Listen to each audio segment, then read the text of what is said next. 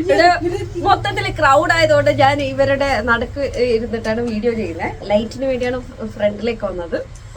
അപ്പൊ എന്തായാലും നമ്മൾ ഇന്ന് ടേസ്റ്റ് ചെയ്ത് നോക്കാം. നിങ്ങൾക്ക് എന്തായാലും റെസിപ്പി കാണണ്ടേ?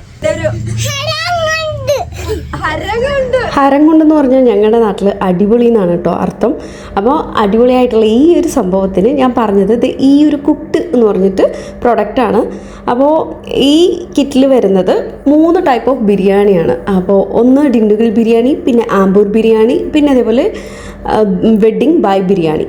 ഈ 3 എണ്ണമാണ് ഞാൻ ഓർഡർ ചെയ്തിരിക്കുന്നത്.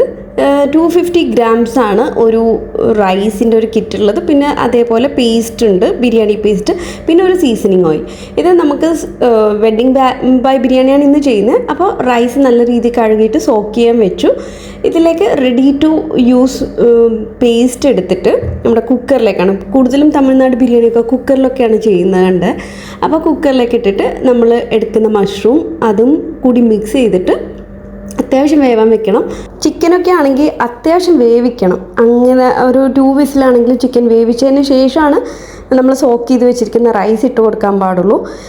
ഇതിൽ തന്നെ മെഷർമെൻറ്റും കാര്യങ്ങളൊക്കെ അവർ പറഞ്ഞിട്ടുണ്ട്.